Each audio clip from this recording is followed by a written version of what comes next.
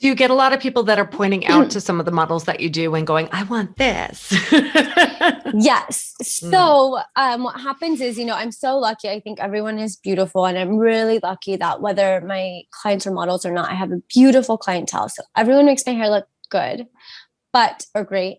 But definitely have it tends to be with newer clients because a lot of my older, my former clients know kind of how I work and how to speak to me and all that kind of stuff. So with a new client, it's funny because a lot of the times they will show me, a model from my Instagram page.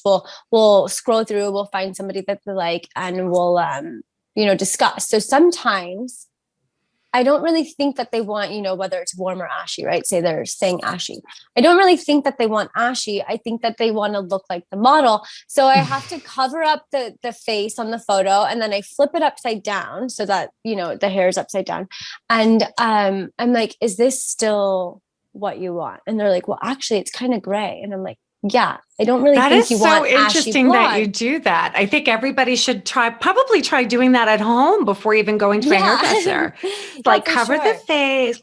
I used to always tell people to look at the hairline because a lot of time the hairlines are different. Look at the texture because a lot of times it's just not realistic. I'm looking at curly hair, but their curl is a lot different than yours, Yes. Or when they have like a lot of clients who have like a blunt cut and like stringy, maybe like Caucasian hair, like fine, Caucasian hair.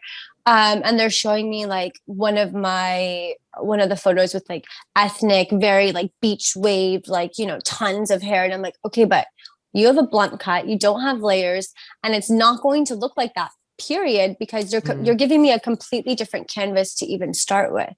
And so for the most part, I've gotten better about, explaining that to people over the years, better by this time in my career. And I do find it's sometimes really helping our clients to accept their own unique beauty, which is what they have. Yeah. And to help them understand you can take this to another level, but you got to let go of those preconceived notions of what, other people have. Let's look at what you have. Totally. Yeah. And because like you're saying, everyone's hair texture, everyone's hair cut, everyone's, body, face shape, everything's different. So all of that really does matter when you are, especially doing that hairline and you're like contouring around the face, or when you are, tipping out those tips and stuff. All these things really, really matter. So I tell them, like, generally, you don't have to find somebody that looks like you, but you have to somewhat find somebody that has similar hair or hair texture to you so that we can kind of go off of that. Because even if you're showing me, like, you would have to show me somebody with like a pixie, because if you're showing me somebody with hair to here and you're like, I like that dimension, I'm like, but you're showing me somebody that has, 2 feet of hair and you have 5 inches of hair. So it's never going to look that way. So I think being realistic in your consultation, it's huge, whether it's a model or somebody who has an office job.